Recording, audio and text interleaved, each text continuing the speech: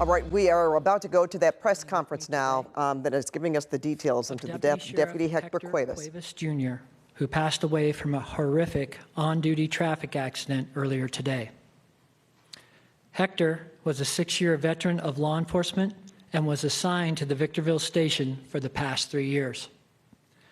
He leaves behind a wife, 2 children, his parents, and his sister and a brother. The suspect, who's depicted here today, who was driving the stolen vehicle that Hector was pursuing, was arrested and is in custody, and he's identified as Ryan Dwayne Turner Jr., a 22-year-old resident of San Bernardino. Turner will be booked later for PC, or Penal Code Section 191.5, which is vehicular manslaughter while intoxicated, and Vehicle Code Section 2800.3, evading a peace officer and causing death or serious injury, and we will be seeking no bail from our judges. We currently do not know the exact circumstances surrounding the collision as of yet. Our Major Accident Investigation Team, or MATE team, is in the process of conducting that investigation. Once we know more, we will certainly give you all updates. I'd like to acknowledge that there was a driver in another vehicle that was involved in the traffic accident, numerous bystanders that have witnessed this tragic and horrific collision, and my thoughts go out to them as well. Before conducting this press conference tonight, I was able to spend time with Hector's family and his law enforcement partners. Hector was described as a devout family man, and by his law enforcement partners, a cop's cop who has the ability to go between dealing with the most hardcore gang member to turning around and being able to talk to a child and make sure they felt safe and knew that they were protected. I want to thank our entire community in San Bernardino County as the procession brought Hector home today. San Bernardino County rolled out the numerous citizens that stood on the side of the road, saluting him as they drove by. Our firefighters and law enforcement partners from throughout the area who honored Hector in the procession that brought him here today. I really have no words to describe this tragedy. Hector is the type of law enforcement officer that we all want to be. He was a grand and great protector and a great father, and we will be suffering his loss and supporting his family for quite some time. With that, I will take questions. Sheriff, any loss is difficult. This one particularly difficult just because he was responding to his job. That's all he was doing. Yeah, it's particularly difficult, yes, because this is in the line of duty. And while we all take an oath to swear and know that things like this could happen to us, you don't keep that in the forefront of your conscience. So when things like this actually happen, it just reminds us of why we're all here and what it means to the community overall when we have a tragic loss like this. And again, I want to thank the residents. The outpouring of support that we've received is really unbelievable, and that's what San Bernardino County is. They're always very appreciative of their law enforcement and very supportive, and I'm very grateful for that.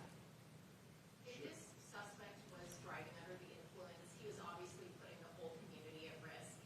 Can you kind of talk about all the things deputies have to weigh to when they're engaging in a pursuit for their own safety and the public and thinking about what this person's accused of doing?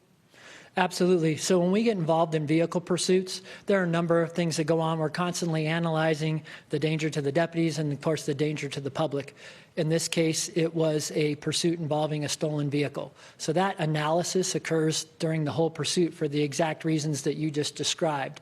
If they become too dangerous, what is the person wanted for? In this case, it's my understanding that this suspect had previously been arrested for evading police as well in the city of Rialto, and also caused a law enforcement cruiser to collide into a citizen previously. I know there's a lot of details you don't know yet, it's still an investigation, but do you know how many other officers were involved in the pursuit and where the deputy was kind of in relation to all the other officers involved in the pursuit and where the suspect's car was? Yeah, right now, unconfirmed. We did have one primary vehicle in the pursuit, and this deputy we believe he was the secondary vehicle entering the pursuit. Can you talk about the manslaughter charge, about the, in relation to that? Did you talk that over with the DA before booking him on that, and kind of how that relates to his conduct in the death of the deputy? Sure. Normally, when we have a death that's caused during one of these pursuits, it is normal to make sure that we file that manslaughter charge.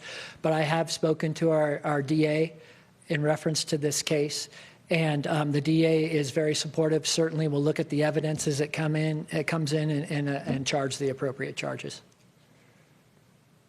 I was just thinking there was that other, the collision with the other driver too, and do you know if it's possible that this deputy was like swerved out of the way, just trying not to hit her, and maybe that's why he ended up colliding with the power pole out there? There are a lot of things that occur, and I think your analysis is probably on point. We won't know.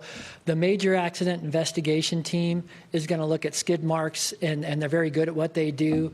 They'll be able to look at just a number of things that lead up to that, and I hope certainly by the time we're done with this, I'll be able to give you a clearer picture as to what happened out there. If there are no other questions, I appreciate all of you covering this. This is a tragedy for the department, certainly the Cuevas family, and for this community. And I could not be more proud of Hector Cuevas. He walks the walk and walks the line, and unfortunately today he gave his life.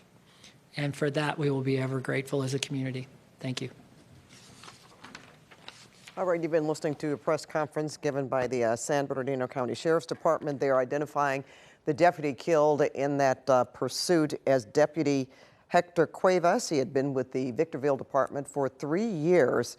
He was killed while responding to a pursuit. We also learned the name of a suspect, Ryan Dwayne Turner Jr., who was arrested, among other things, for vehicular manslaughter while intoxicated. And apparently, this person has been arrested before for evading officers. We're going to get right to KCAL News assignment editor Mike Rogers at the desk. Now, Mike, what did you take away from the news conference? Yeah, you know, Pat, a couple of interesting things here. I spoke with the brother of the woman who was driving that car that Deputy Cuevas collided with. He seemed, when he spoke with me, that he was unsure that there was actually a pursuit. And now Sheriff Shannon Dyke is kind of reiterating a little bit how that went down, saying Deputy Cuevas may have been the second car entering the chase, which would make sense why the first vehicle that was being chased was a little bit further ahead of where the deputy was that was collided with. Pat, the manslaughter thing, vehicular manslaughter, is also very interesting because we see that charge usually when the suspect himself is involved in a collision that takes the life of somebody else. But in this situation, San Bernardino deputies and certainly the DA's office will look to see if